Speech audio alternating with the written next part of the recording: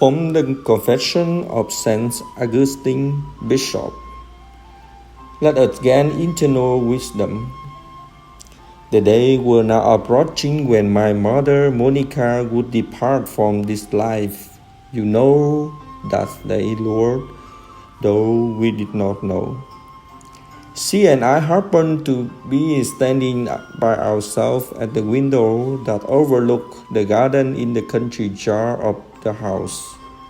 At the time we were in Ostia on the Tiber, and so the two of us, all alone, were enjoying a very pleasant conversation, forgetting the past and pushing on to what is ahead.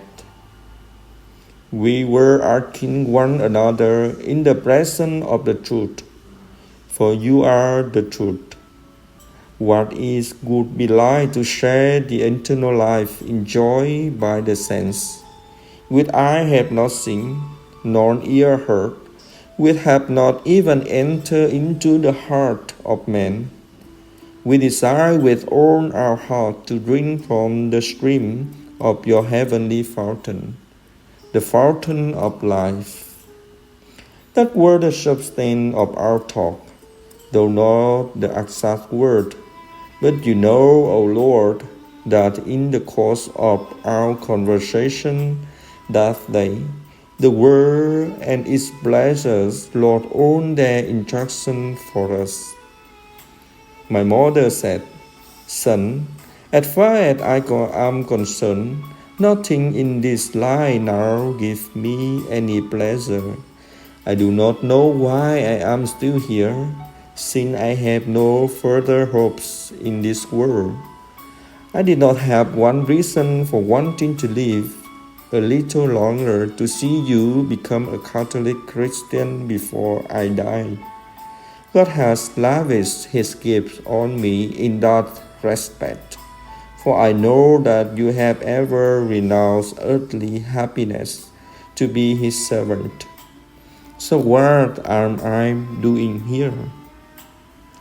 I do not really remember how I answered her shortly, within 5 days or thereabouts.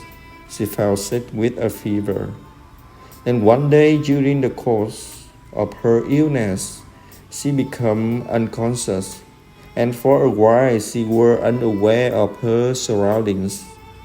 My brothers and I rushed to her side, but she regained consciousness quickly. She looked at us as we stood there and asked in a brutal voice, Where were I? We were overwhelmed with grief, but she held her gaze tenderly upon us and spoke further. Here you shall bury your mother. I remained in silence as I held back my tears. However, my brother heartily expressed his hope that she might not die in a strange country, but in her own land, seeing her and would be happier there.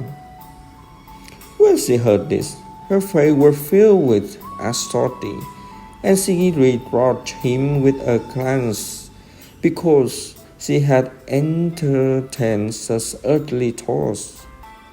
Then she looked at me and spoke.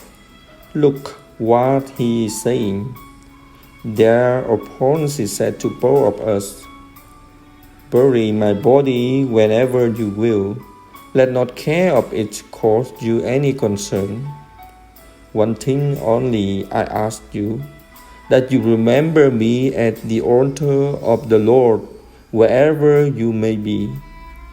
Once our mother had expressed this desire as best she could, she fell silent at the bend of her illness in grief.